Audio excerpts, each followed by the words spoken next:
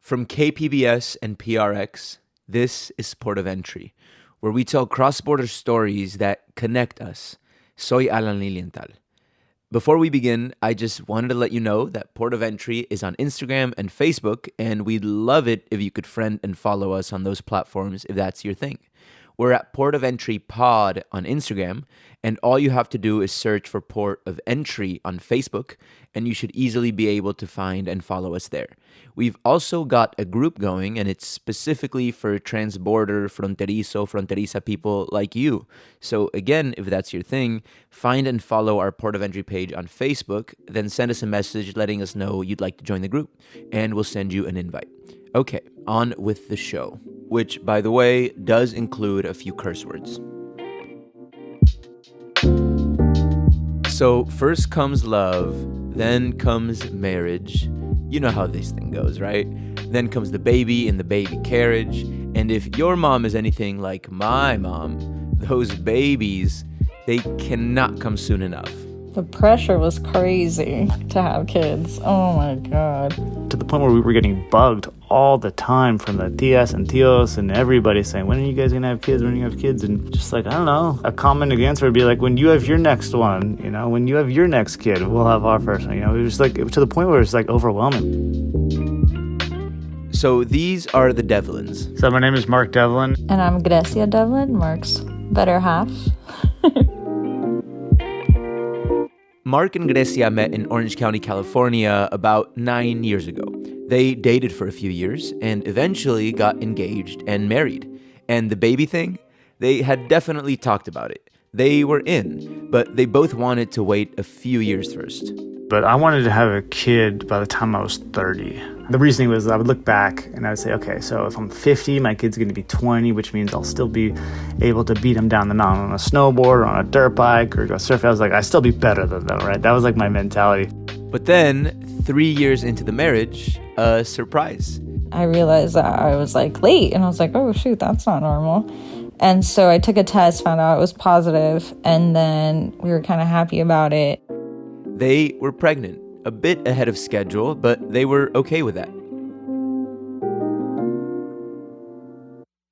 And then 4 days later, I started getting like really bad cramps, really, really uncomfortable, like worse than menstrual cramps. And so I was at work and I just had to leave. Like I dropped everything and left. And I remember calling Mark from my cell phone and crying, and I was like, there's something wrong with me. I think I need to go to the ER. Like, it's super painful. But instead of going to the ER, I drove home and I just like ran a bath and, just cried my eyes out the whole time. And I remember like screaming to Mark, and then we realized that our pregnancy had passed and, it was a failure. And it was pretty sad. It was a tough day, very painful.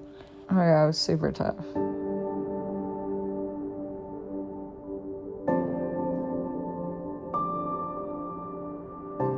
When you go through a miscarriage as a woman, like, you obviously see that as a big failure. I failed, like, my body failed. I could not, grow this child inside of me. And so I immediately was like, there's something wrong with me. Nothing was actually wrong with Grecia, but something was off. We had no idea how lucky that one pregnancy actually was. Well, not only that, but to find out, quickly after that we were going to have complications, like to have an actual normal conception, to quickly find out that is incredibly rare with our situation. We had no idea how lucky we were for that pregnancy. And then, of course, it ending in failure it was tough for sure.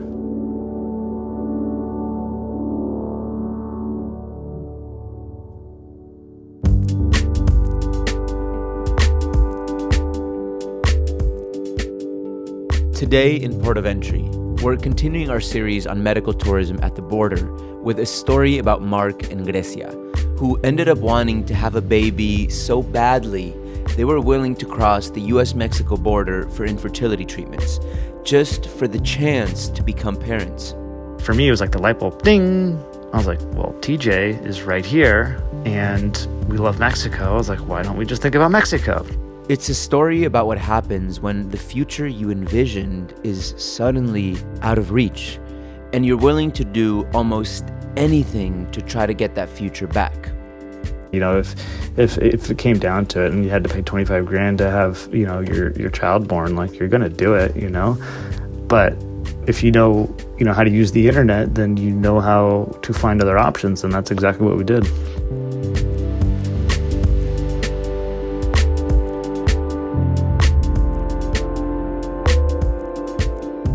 No te vayas, volveremos en unos segundos.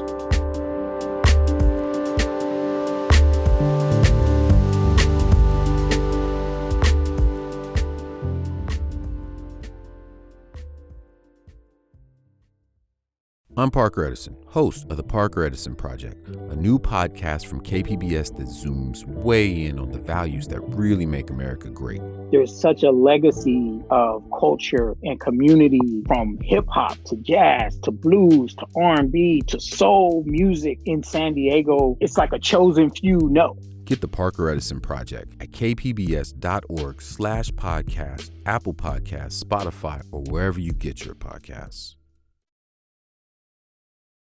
Ya estamos de regreso. It's a great pleasure for me to present to you Mark and Gracia as husband and wife. Un aplauso, beso. Beso, beso. Okay. On a rainy day in April 2014, Grecia and Mark tied the knot. Mark, by the way, is one of those guys who takes his GoPro camera everywhere.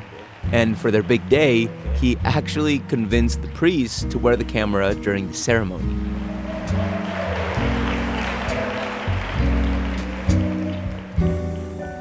The wedding was in Valle de Guadalupe, the famous wine region of Baja, just a few hours south of the San Diego-Tijuana border.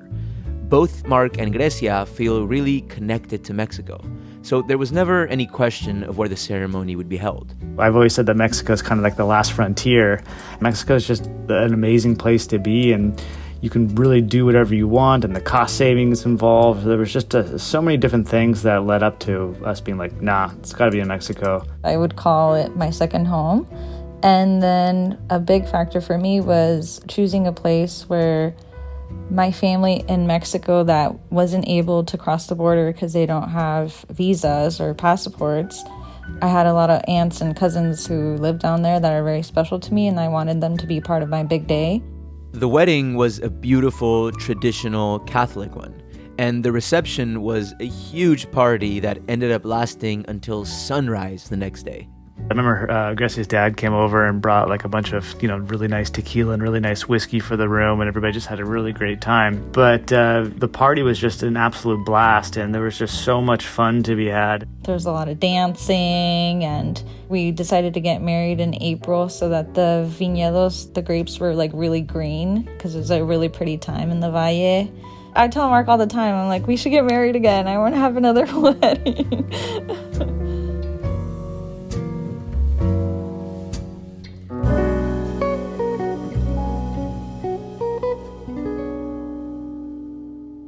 3 years later came that surprise pregnancy, and then the miscarriage. And I think that kind of like made us realize like, wow, like we sort of got happy when we knew we were going to have a baby. And now that we don't, we're kind of sad, and made us want it even more. So then we decided that it was a time to start trying, like we were ready to take the next step and try to have a baby. So yeah, after the miscarriage, Mark and Grecia officially started trying for real this time. To the point where like you start monitoring your cycles, like, you read on like how to conceive a child, We tried for a whole year to March 2018, and that's when I was like, maybe there's something wrong, because, we've specifically like tried to have kids exactly for a year. So Mark and Grecia did what lots of couples in this situation do. They went to see a fertility doctor in Dana Point, where they live.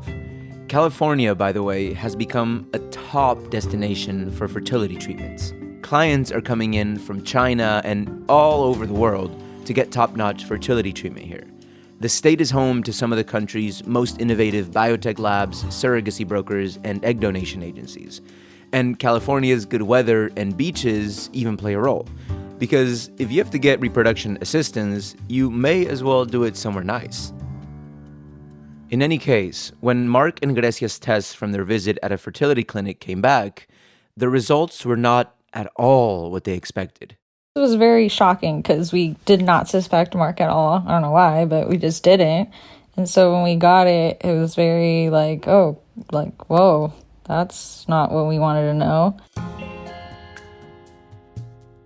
We went on a walk one day and Mark was like, I don't know if I'm going to be able to provide for you in the sense. I don't know if I'm going to be able to give you children. So if that's something that you really want, maybe we need to talk about, like, if we're going to work out together as a couple, if we can't have kids, like, is this what we want together? And if not, like, should we go our separate ways so that you can find children with someone that you can?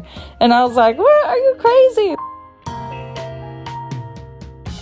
So there's all kinds of science-y terms for what was going on with Mark. But basically, he's got plenty of sperm, but they move slow and just aren't that interested in their job, which is swimming quickly toward an egg. The news was a total gut punch for Mark. Definitely felt some pain and some fear and some embarrassment and just the overall sense of not feeling like the same man I was before I knew that information. Like the whole feeling of being like lesser of a man, like why can't I give her an easy pregnancy, why?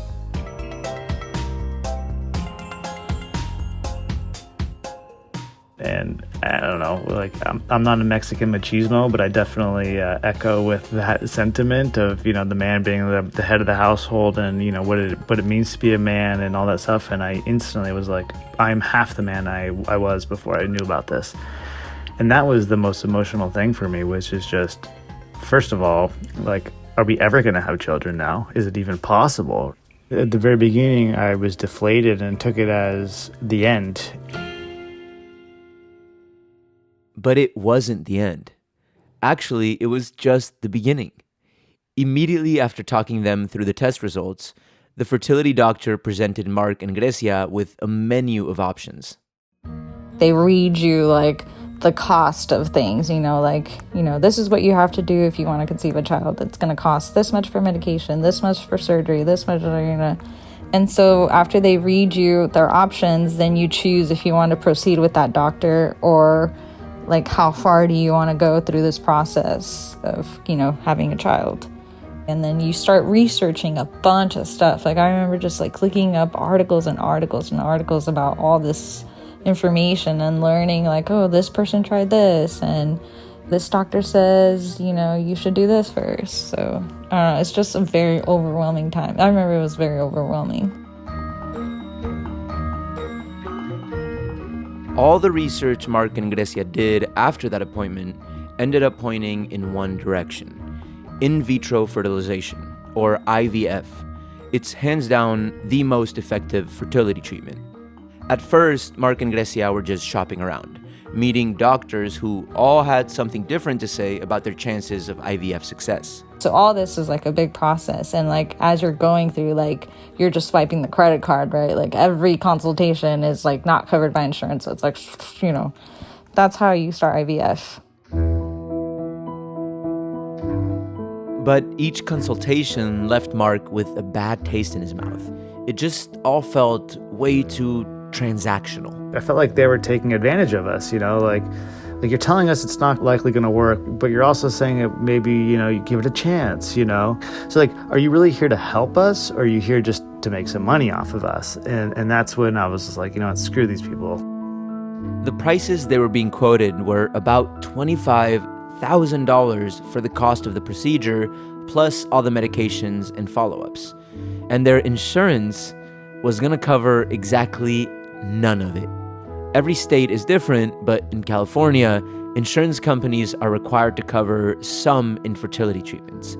But IVF is not one of them. And you're just like, wait, what?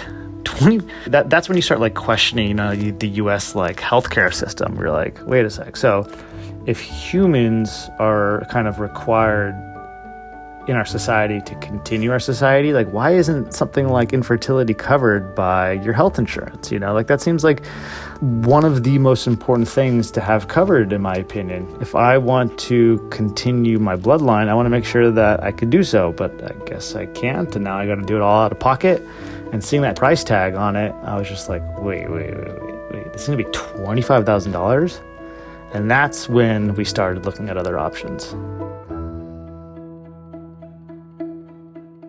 So Mark is a techie guy who works in the software industry, and he was just totally convinced there had to be a better option out there, an option he could find if he just searched the internet long and hard enough.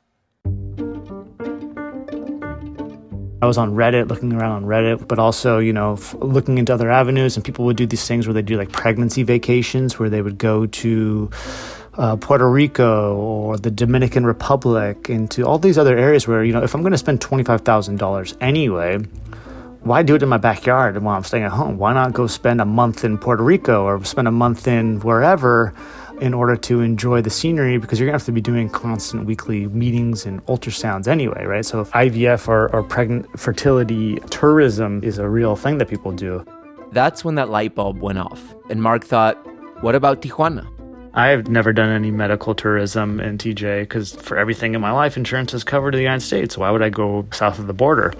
But I have had friends experience, dental work in TJ and stuff with great success. So, it's like, hey, well, let's do a consultation down there before we make any decisions. And that's when TJ got into the mix. Grecia, though, was not down. Her family is from Mexico, and she spends so much time there, she considers it her second home. But she's still had some preconceived notions, especially when it came to Tijuana, a city cursed with a bad rep, but also about the quality of medical care in Mexico. And she's not totally off base. Really terrible things have happened when it comes to IVF, and not just in Mexico. They happen on this side of the border too. The business of reproductive medicine is not subject to proper oversight. That's one of the conclusions drawn from an in-depth Reveal study from the Center for Investigative Reporting. There's even an entire season of a public media podcast called Sick that's focused on an IVF doctor who used his own sperm to impregnate his unsuspecting clients. He's fathered at least 70 children. Here's one of them talking to the podcast hosts. You never really had any interest in knowing who your biological father was. Yeah. You obviously know now. Yeah. Does that sort of mess with you a little bit? Yeah, for the sheer fact that a part of me is from an individual who took advantage of women. He was playing God.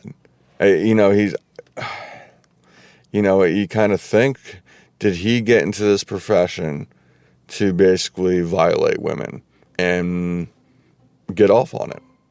So that messes with you. Am I who I am sometimes because of him? There have also been stories about doctors implanting the wrong eggs into women and other IVF nightmares. And then there are lots of stories about botched plastic surgeries and weight loss procedures that U.S. citizens get in Tijuana to save money. Some of those people have died or ended up in emergency rooms back on this side of the border. When Mark brought up Tijuana, I was like, heck no. Because I had heard horror stories of people going down to Mexico, to get, ladies going to get their boob job or getting their lipo or work done on their face and they stole someone's kidney while they were under anesthesia or, this lady started hemorrhaging and they had to drive her across the border to get medical help. So I was just like, oh my gosh, no, I don't want to do that down there. And I was like, oh, they're probably going to steal my babies or, stuff like that. Yeah, I was just hesitant about it. Mark, though, kept bringing up the Tijuana option, and Grecia kept hesitating. But Mark was persistent enough that Grecia eventually was willing to at least check it out. And then we finally went down there, and we get there, and this clinic is like super nice. It was clean. The people were very friendly, and like, we were sitting in the lobby, and I was like, oh wow, this is like legit. I was very surprised of how the place was. Like, I did not expect that whatsoever. It was such like a different experience. Yeah, after the first time I was like, oh yeah, okay, we'll do it. It wasn't scary at all. I don't feel like I'm being haggled here. I don't feel like I'm being stiffed by anybody, because it was expected that I was going to be paying for a service. I think they quoted right out the gate like something like $6,500 for the egg extraction. Well, first of all, for the medications, right? And the medications have their own influence on the process. Medications, which are a huge cost in the United States for this procedure. The egg extraction, the conception, the implantation, I think all of that was quoted at like $6,500. We're like, sold, you're a guy, From there, Mark and Grecia had appointments nearly every Wednesday for several weeks. They drive to Tijuana in the morning, about an hour and a half or 2-hour drive depending on traffic, go to the appointment, then get in the Sentry lane and cross right back to the US. Mark's role was simple. My job was to ejaculate into a cup. But Grecia had to do all kinds of really difficult things. I definitely think like the process we went to, like, it takes the fun out of everything. Like, it takes the fun out of like getting pregnant. It's not a fun process. It was like work, tough work, emotional and like physical work for me. Like, I was literally sacrificing my body. First, Grecia had to sort of act like she was pregnant already. No drinking, no strenuous exercise. She had to make some lifestyle changes to make herself the perfect vessel for carrying a baby. Then she had to take medications to control her cycle. Next, she had to start growing her eggs, which involved injecting herself in the stomach.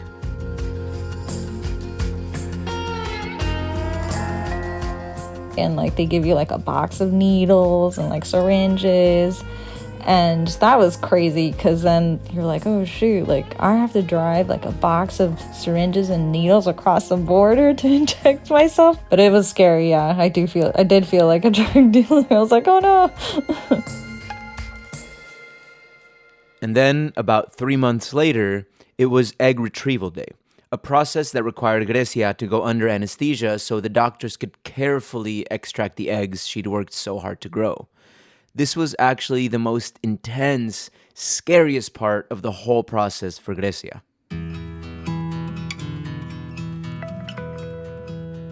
I remember like sitting like in the patient room before they took me back to the operating room, and I was just like, oh my gosh, like what am I doing? Like, I was very uncomfortable because at that point, like my stomach had gotten really swollen because I had like 20 eggs inside me, and so I wanted them out. So it was painful, and I was just tired and scared to be in like different place by ourselves. Who was I gonna call? We're like in Tijuana and nobody knows we're here, and worst case scenario.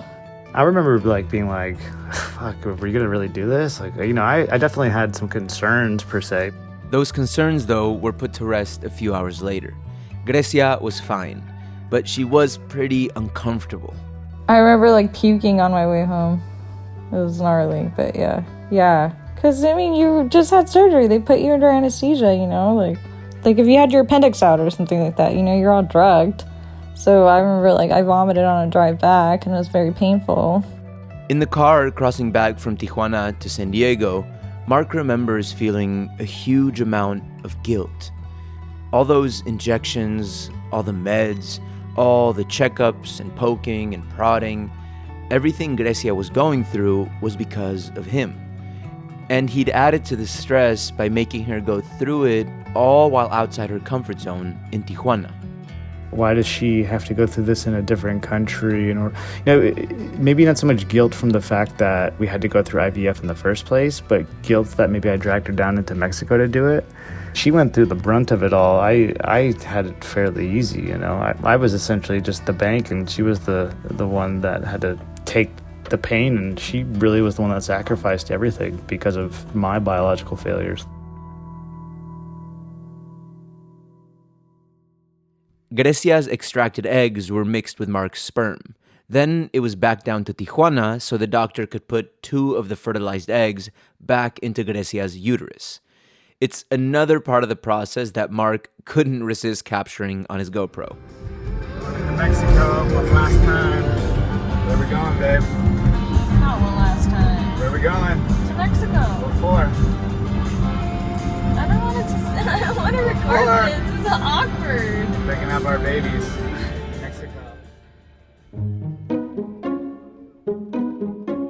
I wish you could see the video of this moment, because the look Grecia gives Mark is so classic. She's just completely annoyed by Mark, and she clearly just was not in the mood for a GoPro cameo. For Grecia, this was a really big moment.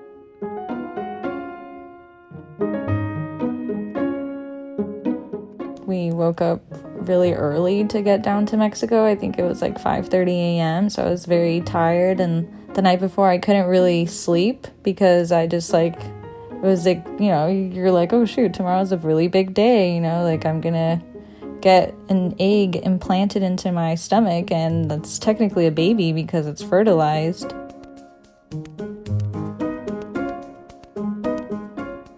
Concibo. Mark again with his GoPro out while they were waiting for Grecia to be taken back to the operating room. Down here in TJ, Grecia's about to get 2 embryos implanted into her. She's very nervous. I'm not.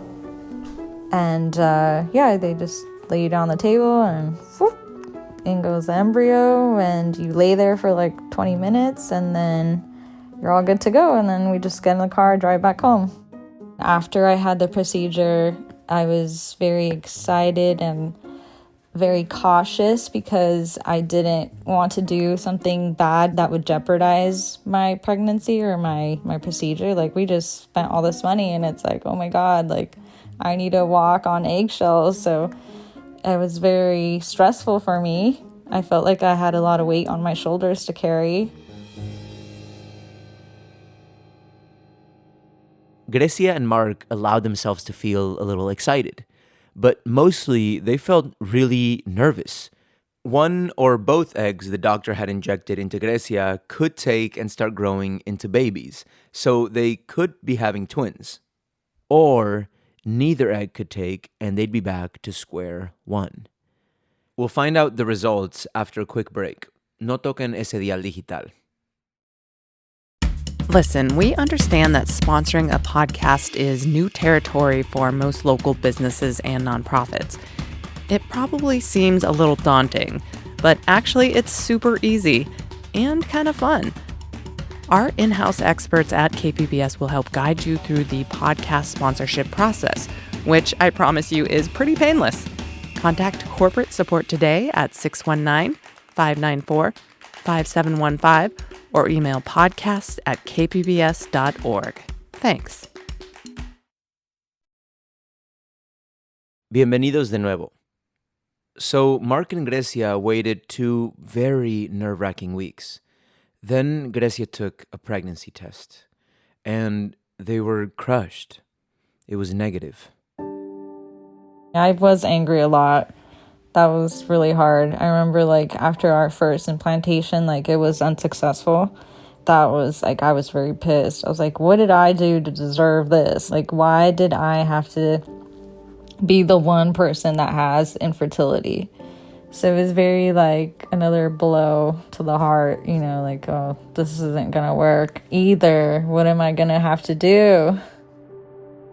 For the first time, Grecia remembers feeling a little anger toward Mark. There was definitely a lot of hostility is a very tough word, but I was this isn't fair because I have to stop from doing a lot of fun things for us to have this child. So it's just a very mind-taxing, emotional thing for me. And I was very kind of angry that Mark wasn't feeling it physically the same way I was.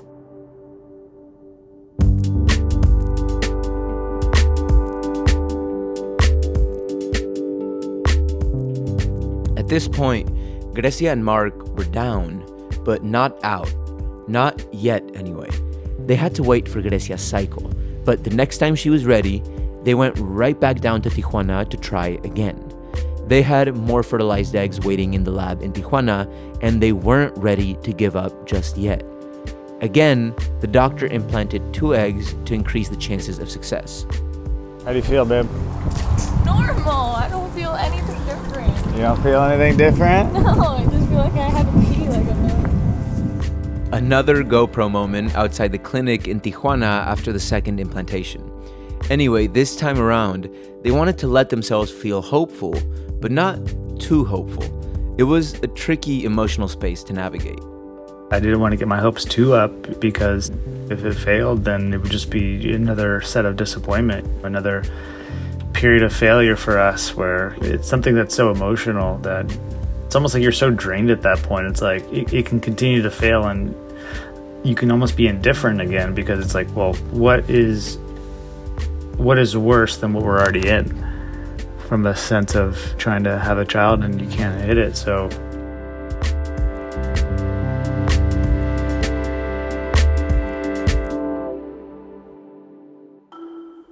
then came the waiting game again. They had to wait about 10 days until they could take another pregnancy test. I had like a mental breakdown because I hadn't felt a thing, I felt completely normal. I felt like I hadn't gone through anything. Nothing in my body felt different. I didn't notice anything, off or anything different from the first time that failed.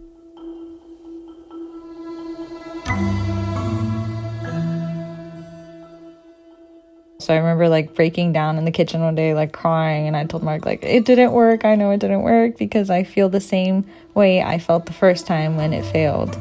2 days after that, I just all the blue decided that I should take a pregnancy test a few days before I had to, before the deadline.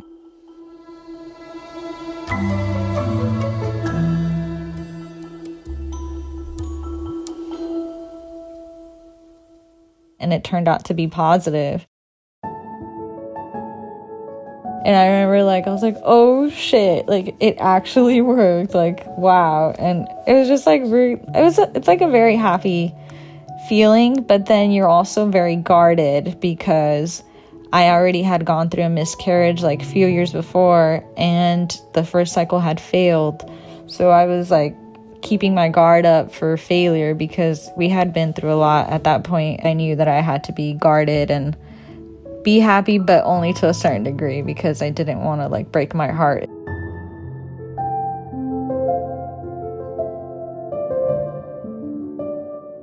Finally, Mark and Grecia were pregnant. But like Grecia said, they felt like they could allow themselves to be happy, but not too happy, at least not yet, just in case something went wrong. Every pregnancy, whether IVF or not, is typically kept quiet until the woman reaches the second trimester and the chances for a miscarriage drop dramatically. But as the weeks went on and on, they slowly and very cautiously allowed themselves to relax. We started getting really happy because we're oh my God, it's actually growing and it's growing really good and it looks really healthy. And I remember it was the week of Christmas Eve. And on Christmas Eve night was the first day I got nauseous. And that was I felt the worst I've ever felt in my life because it's the terrible feeling and you can't smell anything because you just want to vomit. But then I was the most happiest I've ever been because I'm oh my God, it actually worked. That was when it all started becoming a big reality to me. And I think at that point I started losing a lot of my fear for my pregnancy, I was more welcoming it and I was actually letting myself start getting happy. Eventually, Grecia and Mark did feel confident enough to share their big news with the world. Mark made a video, of course, and it's a little cheesy, but also very charming. So you're all probably wondering what the purpose of this video is. Well, the biggest adventure is yet to come.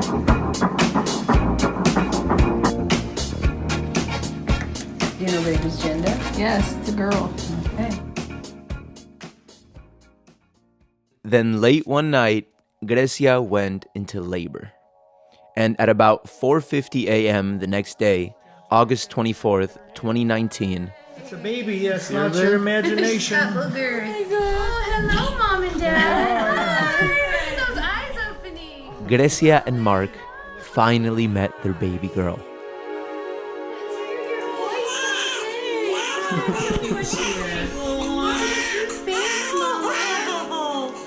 You go for it, sister. Girl. She's perfect. She is. Hi, little pumpkin. You did it.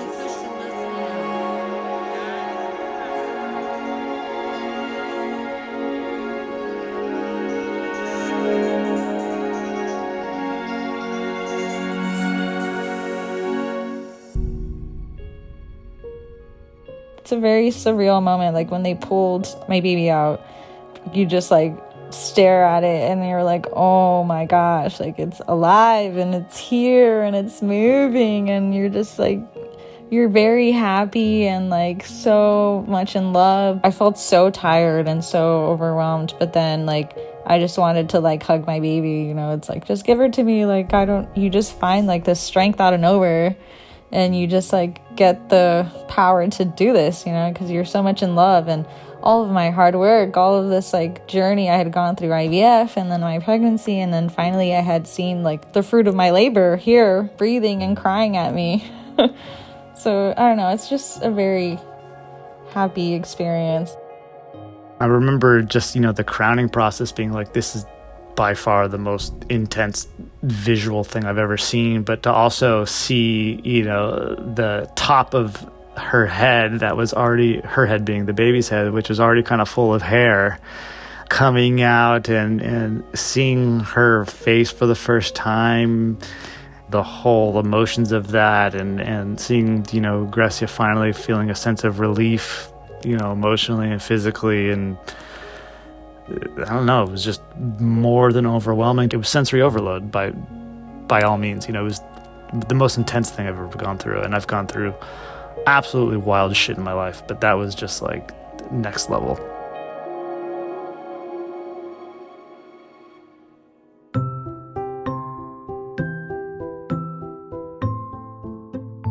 So yeah, Mark and Grecia are the proud parents of a healthy little bilingual girl. Hi everybody, mi nombre es Grecia.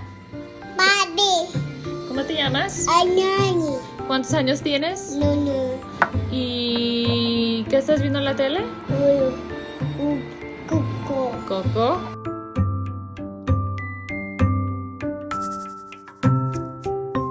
But at first, Grecia and Mark didn't tell many people what they went through to have her.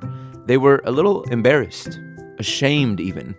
Most people probably still don't even know that, technically our daughter was conceived in Mexico. It's like, Grecia's pregnant. Okay. Well, that's great. You're pregnant. Fantastic. When did you guys start trying? Meanwhile, they don't know that for the last 2 years, we've been going through hell to even get to this point, So it's just like, it just wasn't something that we were openly eager to talk about at the time. But over time, their feelings changed. And both Grecia and Mark found themselves wanting to share their story, so people stuck in their situation could learn about other options in Tijuana. There was a shift of embarrassment to pride that happened. Embarrassment that you had to even do that in the first place, to prideful that you were successful in it and that you were able to go through all of that and accomplish the goal that you set out to do. Maybe it was the pride in Grecia, maybe it was the pride in the process, and both of us made me want to talk about it. But I think the shift for me was, it's nice, well, not nice, but like how Mark said, it's something like I'm proud of that I went through, like something that made me a stronger person. And now I feel like I want to share it and share my experience. And I just don't want people to feel alone. And the more I'm sharing with friends and people that I'm meeting, like the more I'm learning and finding out that a lot of people struggle to get pregnant. I feel like it's something that we need to normalize more, because people only speak of the happy experiences and like the oops babies, but no one really likes to share about the hard struggles and bad sides of pregnancy, you know what I mean? Mark actually went on Reddit, where he wrote these very intimate posts sharing all the details of their international IVF story. The story is worth telling, And it's something that I'm prideful about now, and it's, it is abnormal to seek this out of a different country and do that, but I wanted to just tell that experience.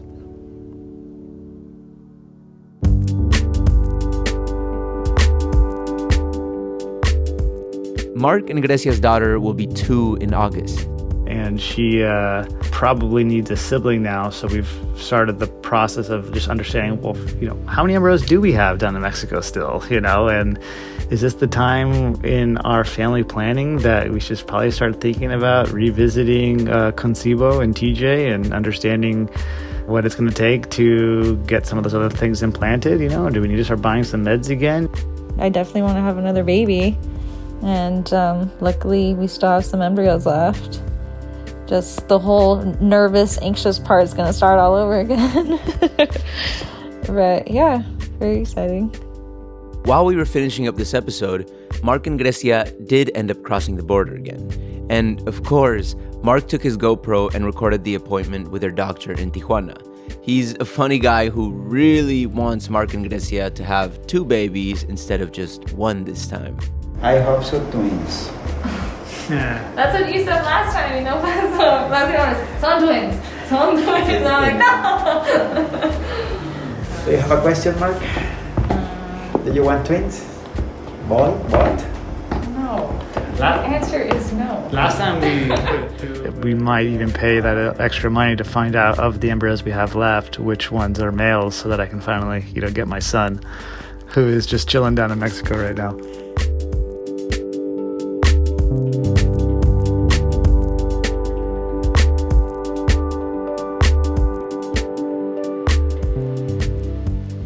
Next time on Port of Entry. Good morning.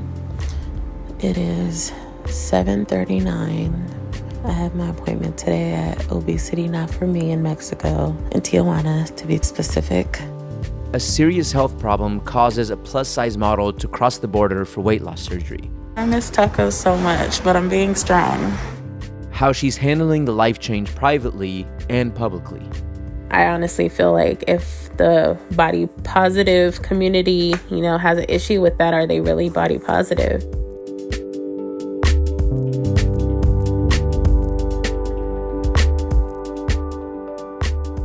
Port of Entry is written and produced by Kinsee Morlan.